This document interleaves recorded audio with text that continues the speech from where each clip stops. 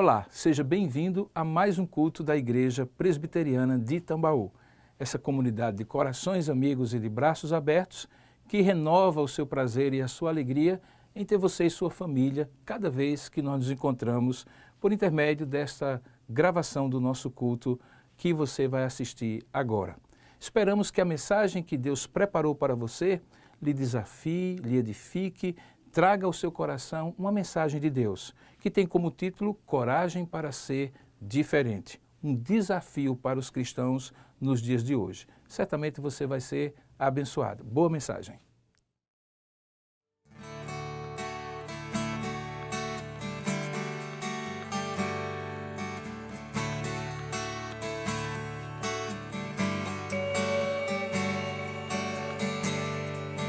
Ele não tinha qualquer beleza ou majestade para nos atrair. Nada havia em sua aparência para o desejar, mas rejeitado dentre os homens, e ainda assim carregou nossas dores. O seu castigo nos traz paz, e a esperança não se esvai.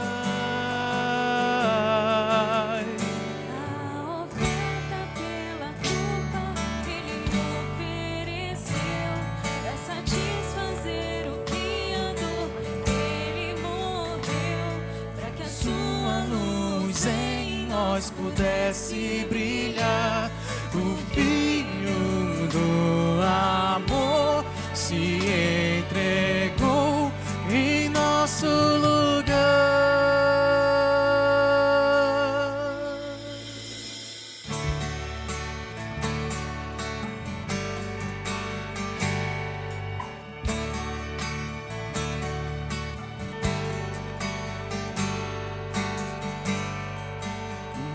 Rejeitado dentre os homens, e ainda assim carregou nossas dores. O seu castigo nos traz paz, e a esperança não se esvai. A oferta pela culpa Ele ofereceu para satisfazer o Criador. Ele morreu para que a sua luz em nós pudesse brilhar. O Filho do amor se entregou em nosso lugar. És o Cordeiro que pelos nossos pecados foi esmagado, sem dizer uma só palavra. Se entregou aos cravos, derramou sua vida até a morte, provando a ira amarga pra nos dar sua doce graça e nos fazer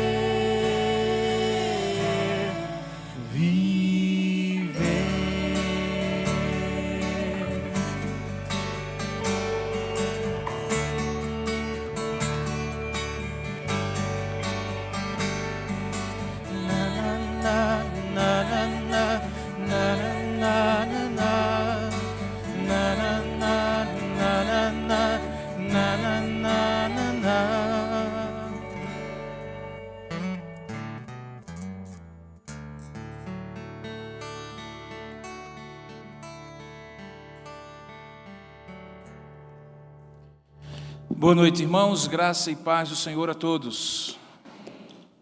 Gostaria de convidá-los a abrir a palavra do Senhor no Evangelho de João e juntos lermos no capítulo 6, a partir do verso 41. Enquanto você encontra esse texto aí na sua Bíblia, João capítulo 6, verso 41, eu gostaria de compartilhar com vocês algo que recentemente eu li, escrito por Robert Klaus, e que tem como título Perseguição Romana e Mártires Cristãos. Parece ser um texto histórico muito antigo, e ele diz basicamente o seguinte: as primeiras perseguições aos cristãos partiram de autoridades judaicas na Palestina.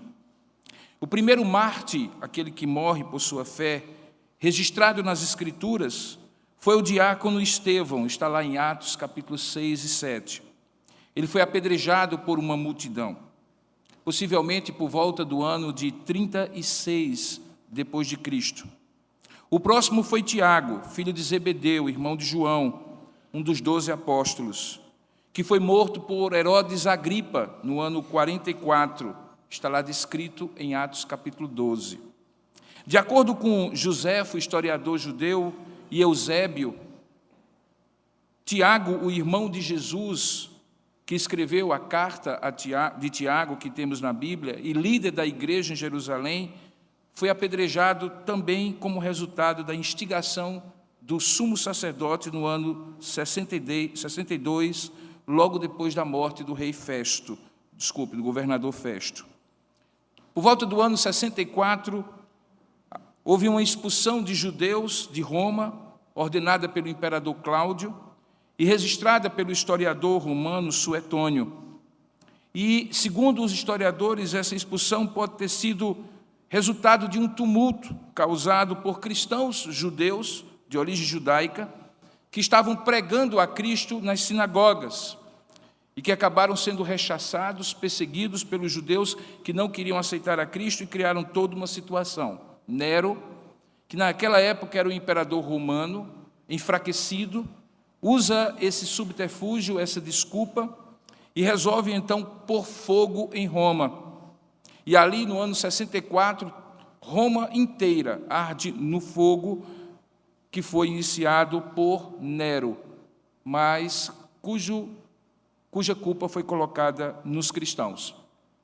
As primeiras perseguições que fizeram cristãos em Roma se refugiarem nas chamadas catacumbas de Roma, onde eles conviviam com os restos mortais daqueles que haviam ali sido sepultados, eram sempre perseguições que não ficava muito claro por que eles estavam sendo perseguidos.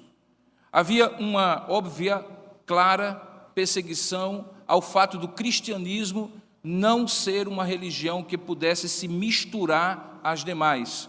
Não havia mínima possibilidade para os cristãos do primeiro século que alguém dissesse assim: vamos adicionar algum elemento de alguma religião pagã e misturar um pouco o culto para que fique mais acessível às pessoas. Vamos fazer um culto mais misturado, sincrético. Um dos motivos para que os cristãos rechaçassem isso era uma afirmativa muito clara que acabou se tornando uma espécie de slogan dos cristãos, que era a afirmativa Cristo é o Senhor. Ela era diametralmente oposta, batia claramente na afirmativa que todos os romanos, cidadãos de Roma, precisavam fazer, que era a afirmativa que dizia César é o Senhor. E ao afirmarem que Cristo era o Senhor, os cristãos davam a ocasião para que os imperadores que queriam persegui-los pudessem colocar sobre eles a pecha e a acusação de que eles eram rebeldes, que queriam destruir o império, que queriam fazer movimentos revolucionários contra o império. E então, junto com essa afirmativa, uma série de boatos no primeiro século fazia com que o povo, de um modo geral, olhasse para os cristãos de uma maneira enviesada. Se dizia, por exemplo, que porque eles não podiam passar ou participar de rituais pagãos, festas pagãos, que eles eram antissociais e queriam ser separados de tudo. Alguns diziam que porque eles faziam alguns cultos de portas fechadas, e eles faziam muitas vezes por causa da perseguição, e que neste culto eles faziam alguns rituais em que eles saudavam uns aos outros como irmãos, havia então a suspeita que entre eles havia imoralidades e bacanais, coisa que obviamente era absurda quando olhamos a Escritura Sagrada, que proíbe qualquer tipo de relação sexual ilícita fora do casamento. Mas essa ideia se espalhava e as pessoas perseguiam cada vez mais os cristãos, inclusive por uma razão, que vem a ser exatamente aquela que me faz introduzir essa mensagem com essas referências. É quando se dizia que quando os cristãos participavam da Eucaristia e comiam o corpo e o sangue de Jesus Cristo, era porque eles eram canibais. Por mais absurda que pareça soar para nós essa afirmativa, de que daqui a alguns minutos, quando iremos participar da ceia, nós estejamos sequer sugerindo simbolicamente canibalismo, mas no ambiente que já era avesso e hostil ao cristianismo do primeiro século, alguém jogar no meio do povo, que aquele povo estranho, que se reunia em secreto, que dizia comer o corpo e o sangue de Jesus Cristo eram de fato canibais, de fato permitiu que o povo todo se voltasse contra os cristãos. E no primeiro século, principalmente no primeiro século, enquanto a igreja permanecia firme e o sangue dos mártires se espalhava nos coliseus e nos circos romanos, a igreja experimentou um crescimento tremendo, mas ela nunca deixou de ser perseguida pela ideia e pelo propósito de ser diferente. Eu gostaria de compartilhar com os irmãos sobre um tema: coragem para ser diferente. À luz daquilo que nós acabamos de falar e ao texto que nós vamos ler, eu gostaria de compartilhar com essa verdade, com essa certeza de que coragem para ser para ser diferente, é decorrente do compromisso de ser semelhante. Que só é possível ter coragem para ser diferente se nós tivermos compromisso para ser semelhante a algo ou a alguém, que nós vamos descobrir à medida que vamos ministrando a palavra. Leia comigo, então, João capítulo 6, verso 22, sobre o tema coragem para ser diferente. No dia seguinte, diz o verso 22 de João 6, a multidão que ficara do outro lado do mar notou que não havia ali senão um pequeno barco e que Jesus não embarcara nele com seus discípulos, tendo estes partido sozinhos. Entretanto, outros barquinhos chegaram de Tiberíades, perto do lugar onde comeram o pão, tendo o Senhor dado graças. Quando, pois, Jesus viu a multidão, quando viu a multidão que Jesus não estava ali, nem os seus discípulos, tomaram os barcos e partiram para Cafarnaum do outro lado. E, tendo-o encontrado do outro lado do mar, de Tiberíades, lhe perguntaram: Mestre, quando chegaste aqui? E respondeu-lhe Jesus: em verdade, eu vos digo que vós me procurais não porque vistes sinais, mas porque comestes dos pães e vos fartastes. Trabalhai não pela comida que perece, mas pela que subsiste para a vida eterna, a qual o Filho do Homem vos dará. Porque Deus, o Pai, o confirmou com o seu selo. Dirigiram-se, pois, a ele, perguntando: o que faremos para realizar as obras de Deus? Ele respondeu: a obra de Deus é esta, que creais naquilo ou naquele que por ele foi enviado. Então lhe disseram eles: que sinal tu fazes para que o vejamos e creiamos em ti? Quais são os teus feitos? Nossos pais comeram o maná no deserto, como está escrito, deu-lhes comer pão do céu. Replicou-lhe Jesus: em verdade, eu vos digo, não foi Moisés quem vos deu o pão do céu. O verdadeiro pão do céu é meu Pai quem vos dá. Porque o pão de Deus é o que desce do céu e dá vida ao mundo. Então lhe disseram: Senhor, dá-nos sempre deste pão. Declarou-lhes, pois, Jesus: eu sou o pão da vida. O que vem a mim jamais terá fome, e o que crê em mim jamais terá sede. Porém, eu vos já tenho dito que, embora me tenhais visto, não credes. Todo aquele que o Pai me dá, esse virá a mim, e o que vem a mim, de modo algum eu lançarei fora. porque eu desci do céu não para fazer a minha vontade, mas para fazer a vontade daquele que me enviou. E a vontade de quem me enviou é esta, que nenhum eu perca de todos os que me deu, pelo contrário, eu o ressuscitarei no último dia. De fato, a vontade de meu Pai é que todo homem que vir o Filho e nele crer tenha a vida eterna, e eu o ressuscitarei no último dia. Verso 41. Murmuravam, pois, dele os judeus, porque dissera: eu sou o pão que desceu do céu. E diziam: não é este Jesus, o filho de José? Acaso não lhe conhecemos o pai e a mãe? Como, pois, agora diz: desci do céu? Respondeu-lhe Jesus: não murmureis entre vós. Ninguém pode vir a mim se o Pai que me enviou não o trouxer, e eu o ressuscitarei no último dia. Está escrito nos profetas, e serão todos ensinados por Deus. Portanto, aquele que da parte de Deus tem ouvido e aprendido, esse vem a mim. Não que alguém tenha visto o Pai, salvo aquele que vem de Deus. Este o tem visto. Em verdade vos digo, que quem crê em mim tem a vida eterna. Eu sou o pão da vida. Vossos pais comeram o maná no deserto e morreram. Este é o pão que desce do céu, para que todo o que dele comer não pereça. Eu sou o pão vivo que desceu do céu. Se alguém dele comer, viverá eternamente. E o pão que eu dei pela vida do mundo é a minha carne. Disputavam, pois, os judeus entre si, dizendo: como pode este dar-nos comer a sua própria carne?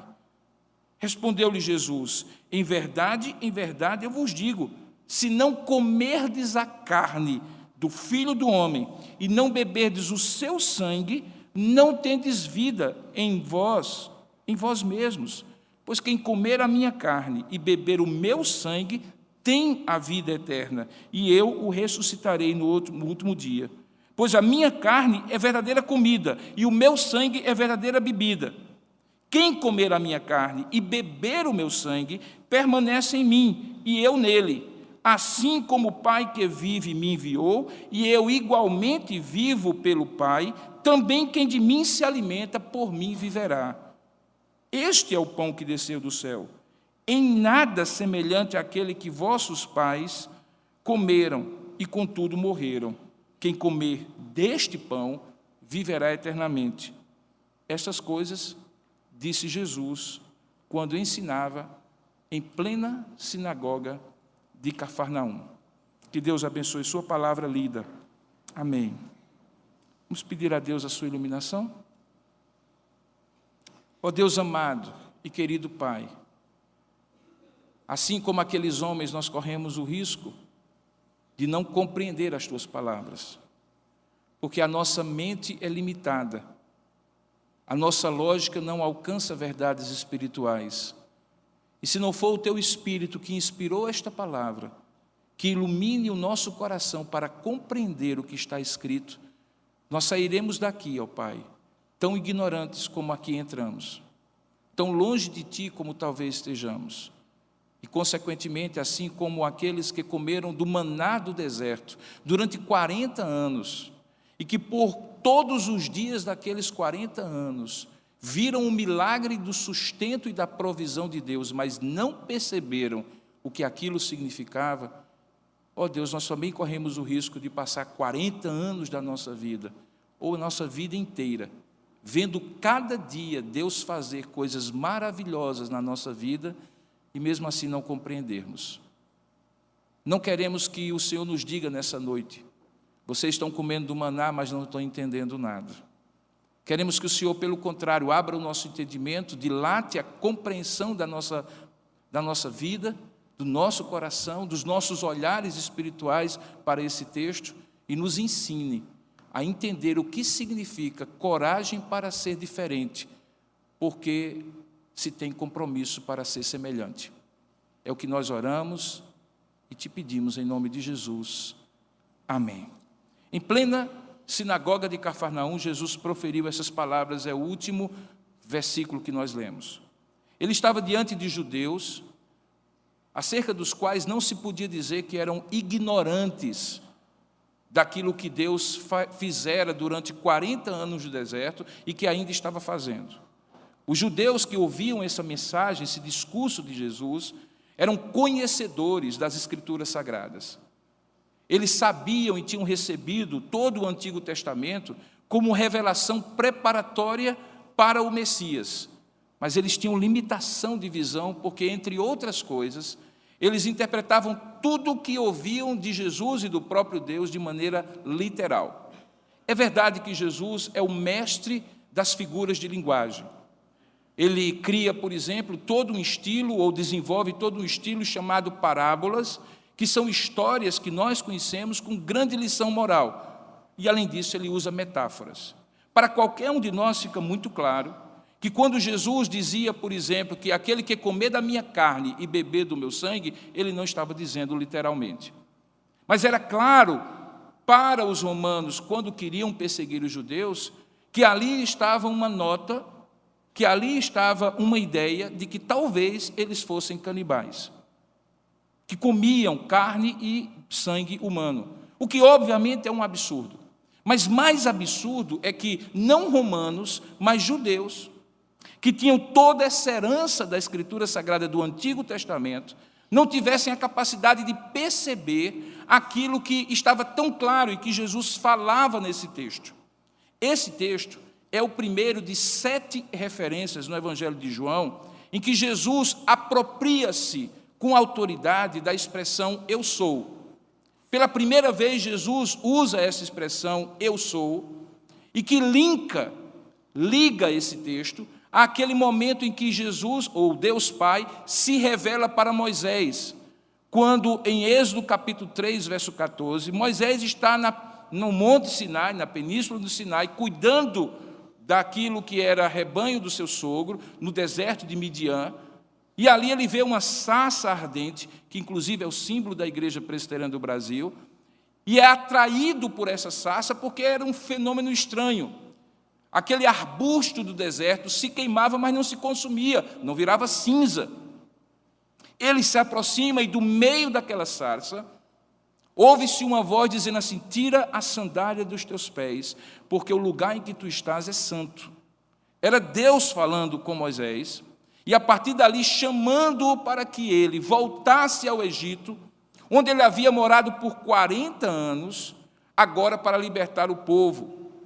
Ele escuta aquela voz, Deus o comissiona, ele coloca uma série de dificuldades, mas principalmente ele pediu a Deus para que Deus se identificasse, dissesse quem Deus era. O contexto de Moisés é o contexto em que, por 40 anos, todos os deuses do Egito que ele conheceu tinham nomes e eram relacionados a fenômenos da natureza.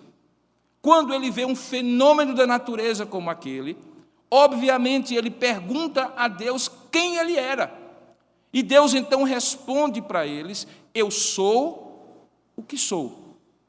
Não dá nenhum nome específico, mas estabelece aquilo que no caso de Deus é um atributo incomunicável, que só ele tem, a autoexistência.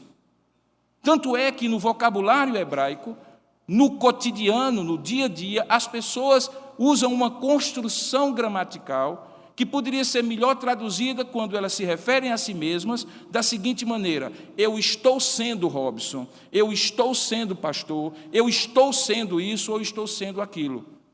Essa ideia de eu sou como uma permanência eterna, sem começo, sem fim, o alfa e o ômega é restrito a Deus e diz respeito à sua eternidade, à sua autoexistência. Quando Moisés escuta aquilo, então ele é impactado e então descobre que esse é o nome da essência de Deus. Eu sou o que sou. Depois esse nome passa a ter versões que ao longo do tempo fazem com que as pessoas chamem Deus de Jeová, ou Javé, ou Iavé. Quando Jesus então se apropria desse nome e diz, eu sou o pão da vida, como ele diz posteriormente, eu sou a ressurreição e a vida, eu sou o bom pastor, eu sou a porta, eu sou a porta das ovelhas, eu sou a luz do mundo. Quando ele então se apropria desses nomes, ele está se identificando com o Deus do Antigo Testamento, que é o seu Pai. Razão porque quando os judeus escutam ele dizer, eu sou o pão da vida, imediatamente eles reagem e trazem à memória e à discussão de Jesus aquilo que por 40 anos eles tinham visto. Que os seus pais, por 40 anos, no êxodo para a terra prometida, comeram de um pão que vinha do céu. Jesus, então, pega essa relação entre o que ele estava dizendo, eu sou o pão da vida, e o que os judeus conheciam, que o maná é o pão de Deus que desce do céu, e aproveita para estabelecer algo que era fundamental para eles, que é sua exclusiva autoridade, não apenas para suprir todas as necessidades do homem, porque ele diz, quem come e bebe deste pão, quem se alimenta deste pão não terá fome, terá, pelo contrário, vida eterna, usando a necessidade básica da alimentação para ilustrar a necessidade maior de salvação. Jesus não apenas estabelece isso, mas ele aproveita para falar de um outro tema que está ali subjacente em todo o texto, que é o tema da identidade de Jesus com o Pai e, consequentemente, daqueles que o seguiam com ele. E essa identidade, ela é colocada em termos de algo que eu como e absorvo as qualidades daquilo que eu como, que se transforma na minha própria essência, na medida em que é metabolizada, tanto literalmente quando eu me alimento daquilo que eu como todos os dias, mas principalmente daquilo que eu escuto e creio, e que acaba se transformando na minha própria essência e identidade. Quando nós olhamos esse texto, então, nós encontramos duas verdades. É que nós nos tornamos semelhantes a Cristo na medida em que nós nos alimentamos de suas palavras, e elas, metabolizadas em nós, transformam o nosso ser, resgatam o propósito original, refazem aquilo que originalmente foi o propósito de Deus quando nos criou a sua imagem e semelhança, e que foi quebrado pelo pecado, e que agora a obra dele é restaurar-nos à condição de sermos semelhantes a Cristo. E por outro lado, que ao sermos semelhantes a Cristo, consequentemente e naturalmente seremos diferentes de tudo o que está ao nosso redor ou de tudo aquilo que costumamos ser. Daí porque o tema dessa mensagem, coragem para ser diferente, liga a ideia de que nós somos de fato diferentes porque somos semelhantes ou estamos sendo restaurados à nossa semelhança com Cristo. Dê uma olhada no texto e entenda qual é a linha de raciocínio de Jesus, porque isso tem muito a ver com aquilo que nós fazemos no nosso dia a dia. Como eu acabei de explicar para vocês, à medida em que os judeus ouviam, eles murmuravam e reagiam negativamente. A primeira murmuração que eles fazem está no versículo 41. Diz o texto que eles murmuravam dele, os judeus, porque ele dissera, eu sou o pão que desceu do céu. E qual era a dificuldade? O verso seguinte diz, eles sabiam quem era Jesus, sabia que ele era filho de Maria e de José, o carpinteiro, conhecia o seu pai, que eles consideravam como pai, e a sua mãe, e então se perguntavam, como é que alguém que vive conosco, tem cheiro de gente, come como gente, trabalha como gente, tem família como gente, desce do céu? Era absolutamente impossível. Lembra, judeus são monoteístas. Eles são acostumados a dizer, ouve, ó Israel, o Senhor teu Deus é o único Senhor. Eles não creem na possibilidade de Deus ter um filho, de o Espírito Santo ser Deus. Eles são monoteístas no sentido mais absoluto da palavra. Quando Jesus chega e fala de Deus como Pai, a princípio eles pensam que Deus é Pai de Jesus Cristo, assim como é Pai de qualquer um de nós que crer nele, como era Pai dos judeus. Mas quando Jesus diz, meu Pai, ele não está se referindo a uma filiação que nós temos com Deus por causa da fé.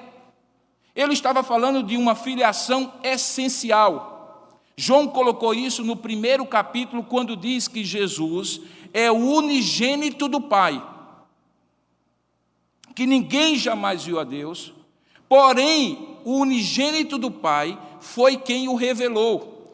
Jesus vem como Verbo encarnado, aquele que estava no céu, que era de Deus, que era Deus, do qual todas as coisas, ou pelo qual todas as coisas foram criadas, mas que se fez carne. Versículo 14 do capítulo 1 de João. E habitou entre nós, e vimos a sua glória, glória como do unigênito do Pai.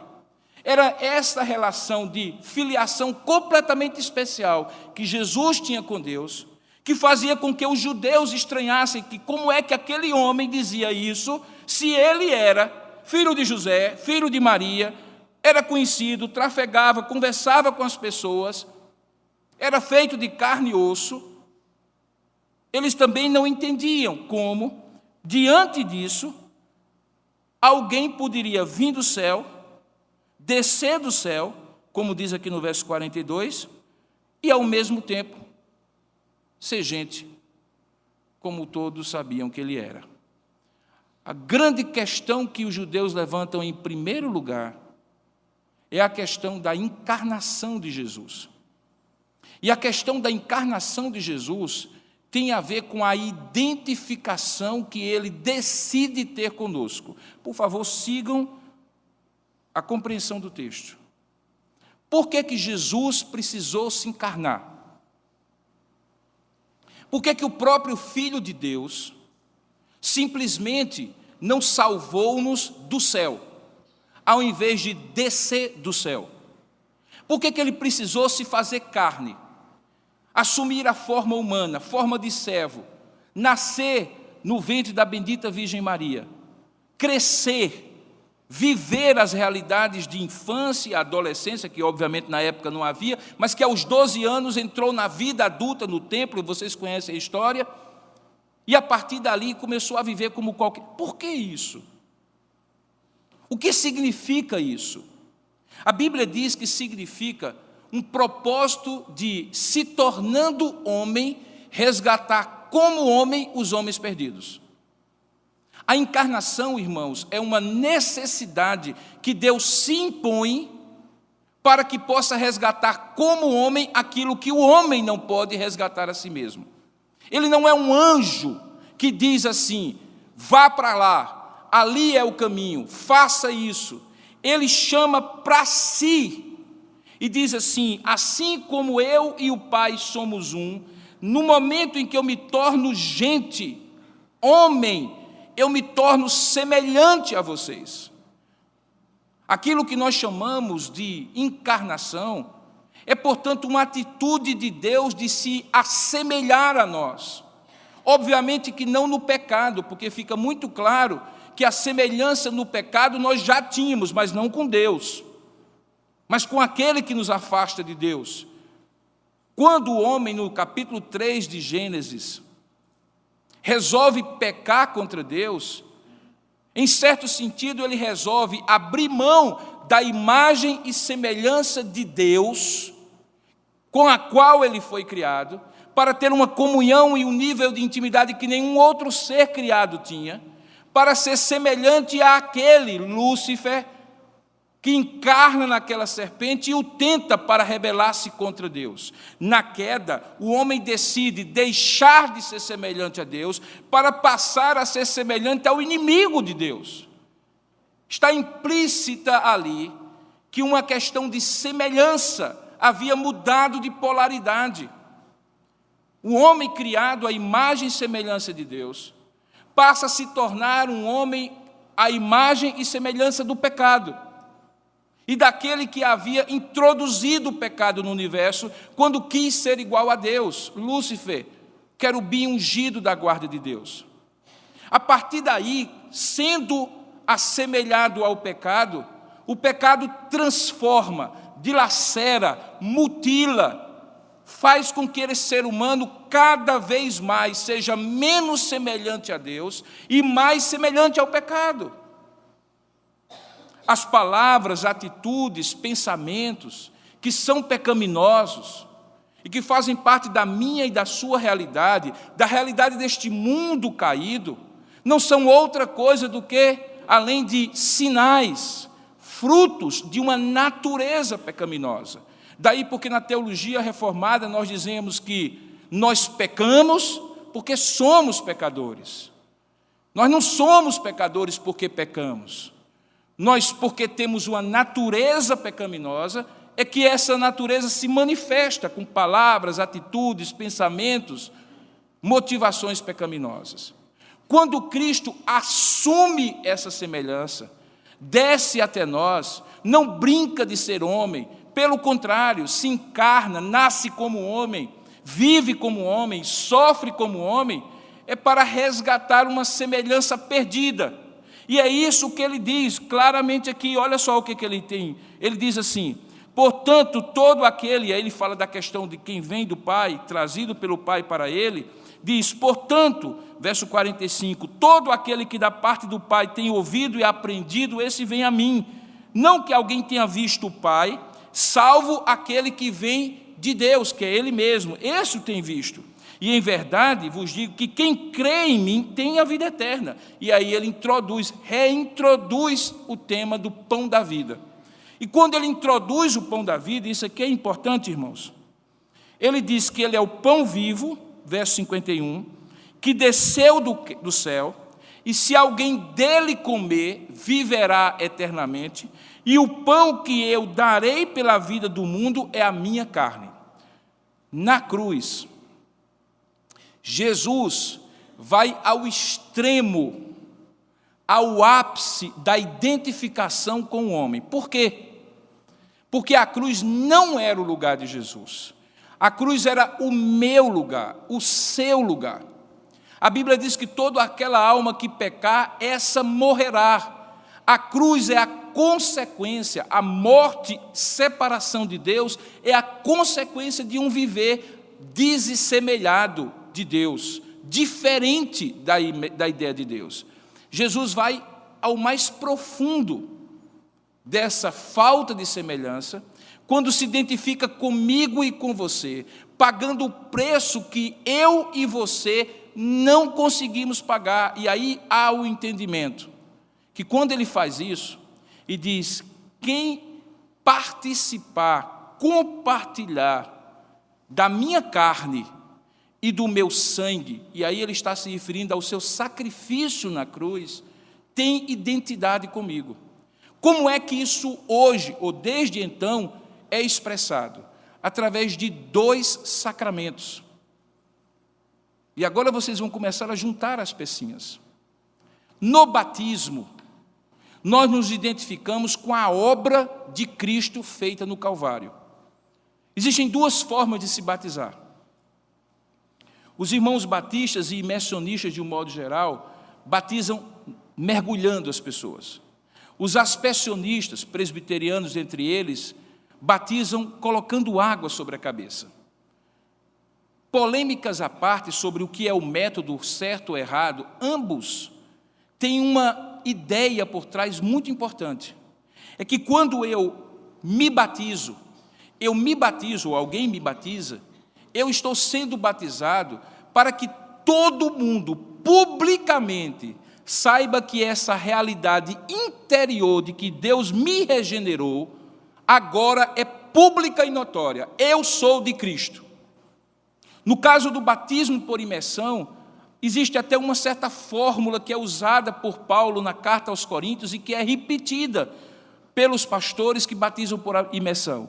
Eles dizem assim, que uma vez que fomos mortos em Cristo, e aí deitam a pessoa dentro da água, e sepultados com Ele, e identificados com Ele pelo sepultamento simbólico ali na água, também seremos ressuscitados com Ele.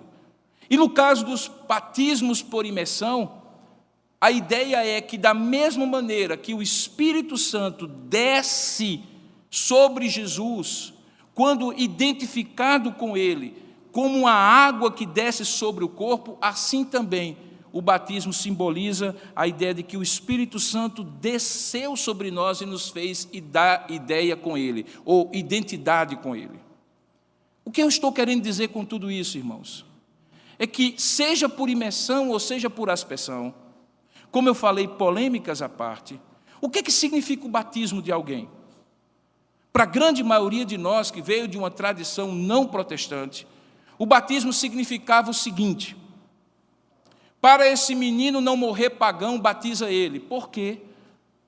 Porque a ideia era que se alguém fosse morrer e não tivesse sido batizado, ele não era salvo. E aí aquela criança que não era salva ia para aquilo que é chamado de limbus infantum, ou purgatório das crianças.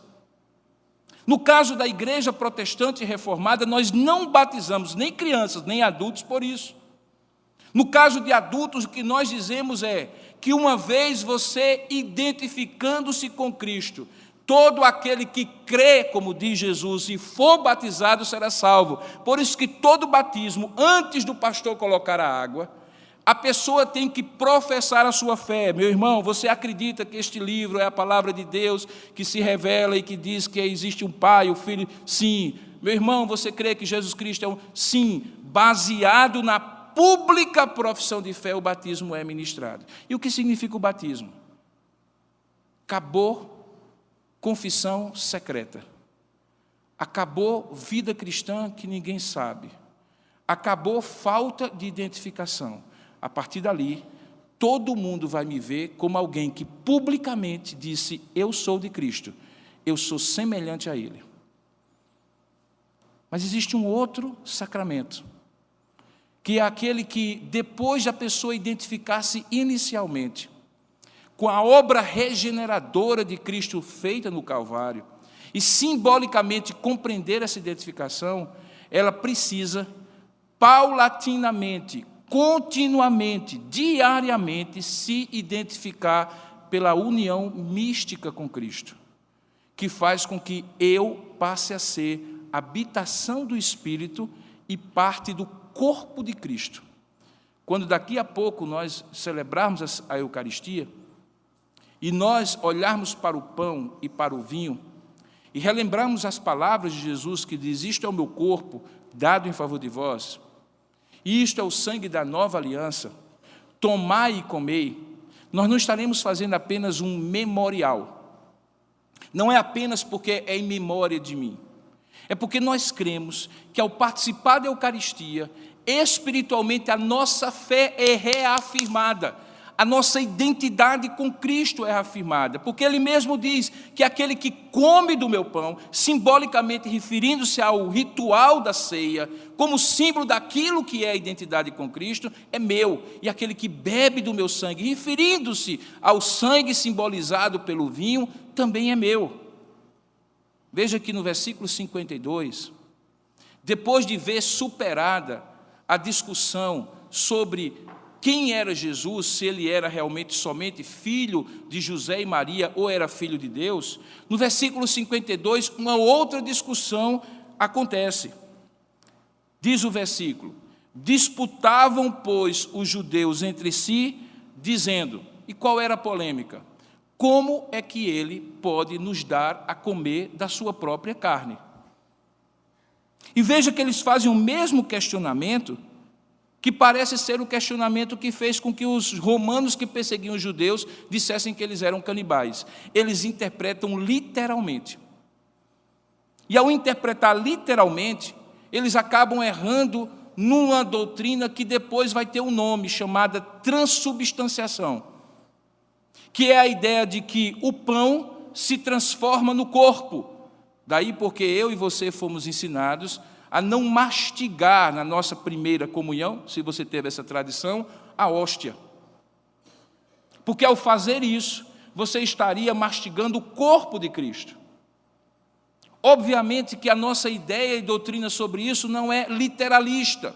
Nós entendemos que, assim como Jesus estava dizendo, o que ele estava falando não é que verdadeiro sangue e verdadeira carne são literalmente comer e beber o corpo e o sangue de Jesus. Até porque, se isso tivesse acontecido, o primeiro canibal cristão seria o próprio Cristo.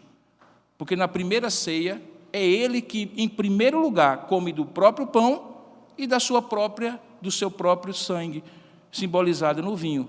Se isso fosse literal, ele teria comido a si mesmo, o que obviamente é um absurdo.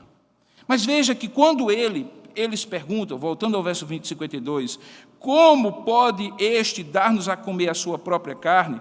Jesus diz, em verdade eu vos digo, que se não comerdes a carne do Filho do Homem, e não beberdes o seu sangue, não tendes vida em vós mesmos.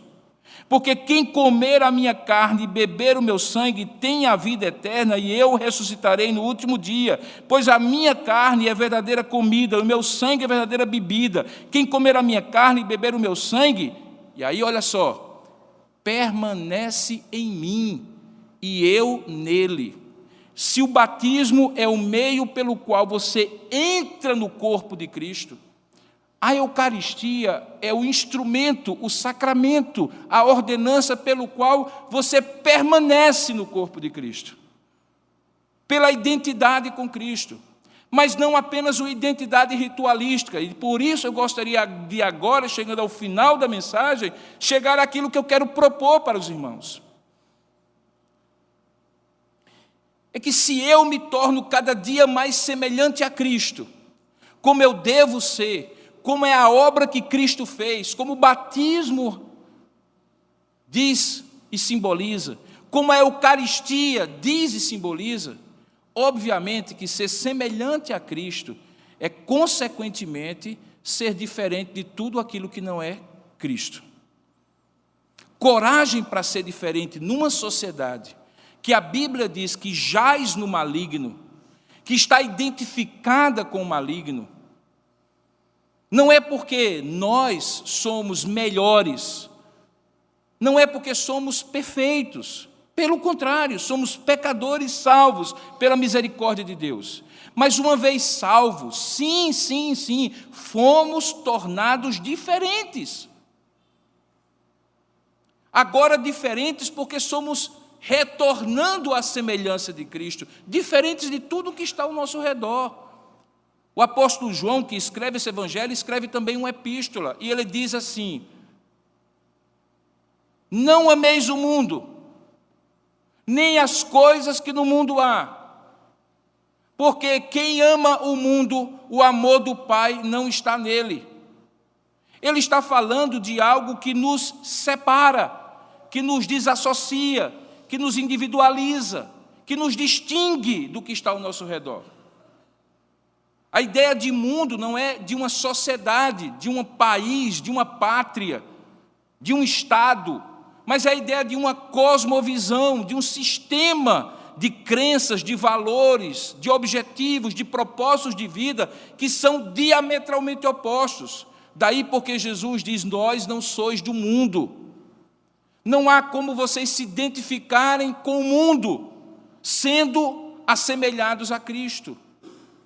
Em algum momento, a coragem, irmãos, prestem bem atenção nisso, para você fazer escolhas e decisões que fiquem claras diante de todos, que lhe diferenciam de tudo que está ao seu redor, a coragem que os mártires tiveram no primeiro século, de não abrir mão da identidade com Cristo, mesmo que tivessem que perder a vida, a coragem que os cristãos, quando estavam rodeados de turcos otomanos, e Martinho Lutero compôs esse hino, que diz que se tivermos que perder famílias, bens e prazer, esta coragem de ser diferente, ela é motivada por uma identidade de ser semelhante a Cristo. É porque eu sou quem eu sou, que eu não consigo ser o que eu não posso ser, o que eu não devo ser. Enfatizar que você não deve ser como, que você não deve fazer como, que você não deve crer como o que está ao seu redor, sem enfatizar que a razão por trás é porque você já foi resgatado, você morreu para o mundo e foi ressuscitado em Cristo. Essa é a ideia do batismo. O Espírito Santo que santifica já foi derramado em você. E quando você come do corpo e do sangue de Cristo, simbolizados no pão e no vinho, é porque você mantém a sua comunhão com Ele. E não pode haver comunhão entre luz e trevas, entre o que é santo e o impuro.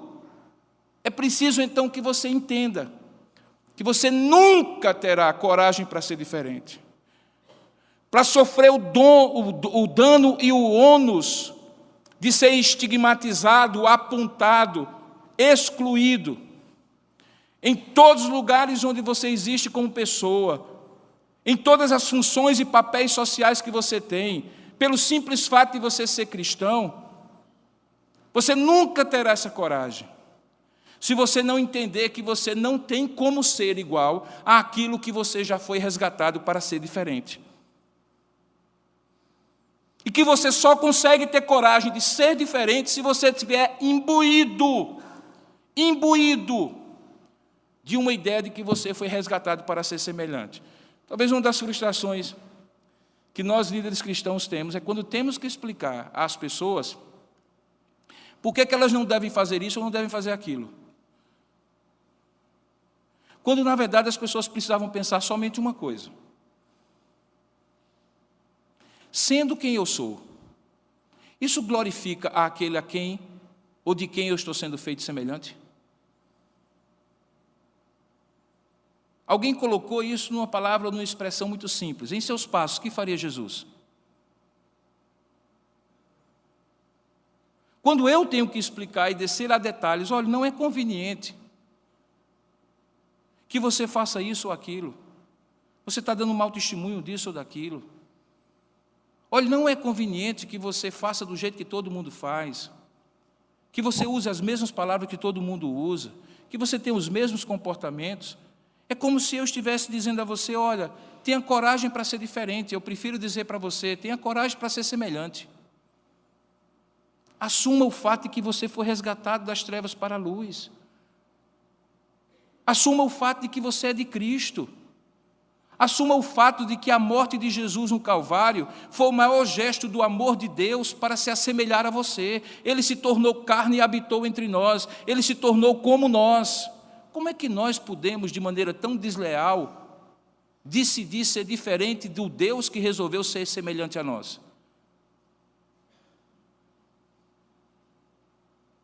É essa a resposta que daremos a Ele? Às vezes, irmãos, no mundo ocidental, século XXI, essas coisas são tão, digamos assim, prosaicas, triviais, que nós nem percebemos como nós vamos nos desassemelhando de Cristo e voltando a nos assemelhar àquilo para o qual, ou do qual nós fomos resgatados. Mas deixe-me contar uma história para encerrar a mensagem e você entender. Ontem à noite, terminou o Instituto Caipa, nós tivemos uma reunião do sínodo, o reverendo Davi Charles Gomes estava aqui, a gente foi pegar no hotel para levá-lo para jantar depois de tudo. Era por volta de 23 horas da noite, 23 horas, 11 horas da noite. Fomos eu, o reverendo Tiago, o reverendo Salvador Pereira e o reverendo Adriano Cordeiro. Jantamos juntos e no meio da conversa ele contou uma história que veio muito a calhar com esse sermão que estava no meu coração para ministrar aos irmãos. Ele disse que ele teve a oportunidade de participar numa missão durante 50 dias da construção de uma pista de pouso de areia, de barro, numa região bastante inóspita e distante da Amazônia, onde havia uma das últimas tribos que tinha sido alcançada com a civilização e com o Evangelho. Ele disse que foi uma experiência extremamente assim, edificante para ele. Ele foi, junto com outros missionários, e ali ele encontrou algumas missionárias, na verdade duas, que já há 30 anos tentavam contato com aquelas tribos, eram pessoas já de certa idade, e que, por serem missionárias, aqueles primeiros convertidos nunca tinham celebrado a ceia do Senhor. A concepção daquelas missionárias é que, sendo mulheres, não sendo pastores ordenados, elas não deveriam celebrar a ceia do Senhor. Questionamentos à parte, esse era o fato. Quando eles foram para construir uma pista, era para que pastores pudessem descer naquele lugar e poder desenvolver o trabalho daquela igreja. Entre outras coisas, celebrar os sacramentos, batismos, santas ceias, e dar uma ideia de normalidade a uma igreja como nós temos aqui. Então, diz que, na primeira vez que desceu naquela pista, pastores, eles foram batizar. E batizaram mais de 30 índios, que até então eram crentes e que nunca tinham sido batizados. E logo depois do batismo, eles foram celebrar pela primeira vez a ceia do Senhor. Sabe, irmãos, quando nós Os irmãos vão entender e vão entender que não é nenhum tipo de insolência ou falta de reverência. Quando nós temos aqui um pão e um cálice, e nós pegamos um pão e um cálice no culto normal de ceia, no primeiro domingo à noite, terceiro domingo pela manhã, até que esses elementos sejam tirados do uso comum, que são apenas pão e vinho, e consagrados a Deus, sabe o que esse pão e esse vinho significam? Pão e vinho. Só isso. Não existe nenhum poder miraculoso, nem no pão, nem no vinho. Em dado momento da Santa Ceia, um pastor, um presbítero faz uma oração, que você vai ver, preste atenção, hoje à noite, em que esses elementos são tirados do uso comum e consagrados a Deus. A partir dali, simbolicamente, eles representam o corpo de Cristo e representam o sangue de Cristo. O que me surpreende é que a rotina faz com que as coisas se pareçam menos valiosas do que elas são. Nós sabemos disso nos nossos relacionamentos, não é?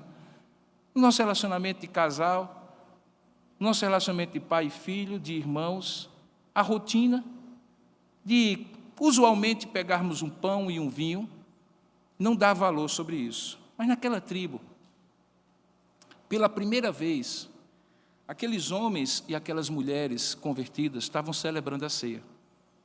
E ele então conta a seguinte história, que o homem mais velho da tribo, que foi batizado naquele dia, pediu a palavra, depois de celebrar a ceia. E ele não sabia, a missionária foi quem estava traduzindo, que aquele homem, que era o chefe daquela tribo, há muitos anos atrás, tinha um costume de ser canibal. Era uma das tribos canibais da Amazônia. A gente sempre acha que os canibais estão na África, né? Mas eles estão ali, estavam ali. E aí aquele homem, chorando copiosamente, faz as seguintes frases: agora eu sei o que significa aquilo que a missionária nos ensinava: comer Jesus e beber Jesus.